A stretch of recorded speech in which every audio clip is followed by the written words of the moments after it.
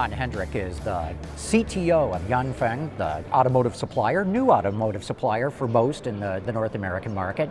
But Han, before we get going, I understand that you were at the Tesla Model 3 reveal. Yes. Yeah, Must have been a big blowout event. That was quite an event. I felt like I was at a rock concert. And what do you think of the car? What's your reaction? So the car is great, and the car is really interesting as well. So first of all, for Tesla, it's incredibly important to enter the mass market. But for the interior design, from our perspective, it's a pretty radical design, especially the instrument panel, the complete absence of switches and instrument cluster, and this one big iPad Pro, and that's it. So we're very interested to hear what consumers will say about the interior. You probably could have put your invitation on eBay and sold it to that event. Yeah, I think so. It was very good.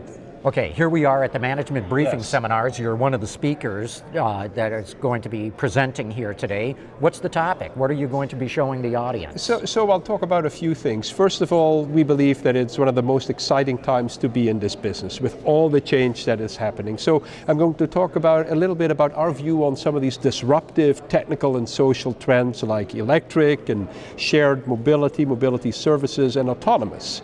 And then how we view these trends and what the impact on the interior is going to be, what we think, our view on future interiors, and sort of the areas that we focus on to design and manufacture this future interior. Can you give us a thumbnail of what do you think is going to change in the interior of cars, right, especially with autonomous and sharing? Exactly. So the driver will no longer drive, has the opportunity to engage in different things. So we talk about a few technology platforms in our company. One of them is adaptable interiors. So the interior needs to be much more adaptable to accommodate these new behaviors and needs in the interior. You mean reconfigure the interior? Reconfigure the interior. So the floor console will move around, it will have a table function. Storage will get a whole new dimension if you bring stuff on board that you want to do when you're not driving. It can't be in the trunk or the luggage compartment. You want to have it with you. You want to eat, relax, do some work, and so forth. So adaptable interiors, we call one platform. The second one we call smart interior surfaces. We've always developed surfaces that look and feel great. Great materials, great colors, great finishes, but now we're adding functions into these surfaces, so we're making them intelligent. Human-machine interface, display integration, heating of the interior, lighting integration, but also if you think about shared mobility surfaces, self-cleaning, self-healing, antimicrobial. Because when you're in a shared vehicle, you open the door, the first thing you want to experience is that it's clean and it smells fresh. So this is this whole idea about smart interior surfaces. The third platform, somewhat more traditional, is lightweight. Especially for electric vehicles, every ounce counts. Strong focus on lightweight materials, structures, and designs. And then one very important point for our company, how we want to position ourselves, is that we want to be the total interior integrator. Now, we don't do the entire interior, but we have capabilities that help us really understand what consumers need in the entire interior, the whole end user experience. So we work with a handful of strategic partners in the areas, the product areas that we do not manufacture ourselves, but we're able to integrate all of that. And are automakers asking for that? Yes, they are.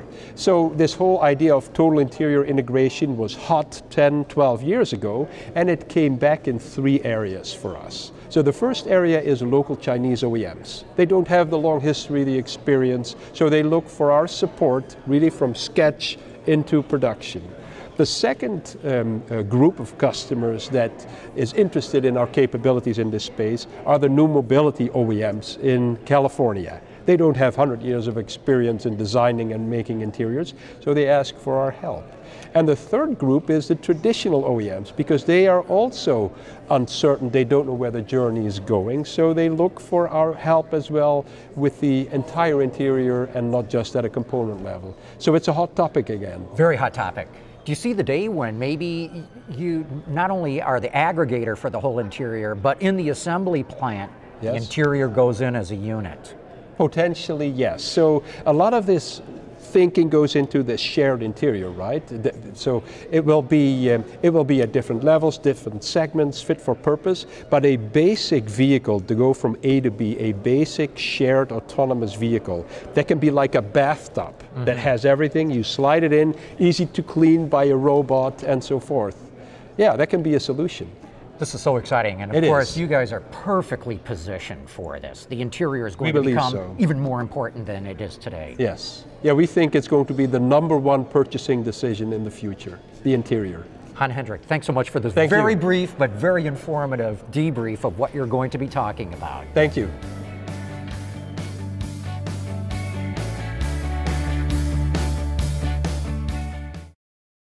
Boost your efficiency with a holistic approach to aerodynamic and performance enhancement. Pioneering technology. Reusling Automotive.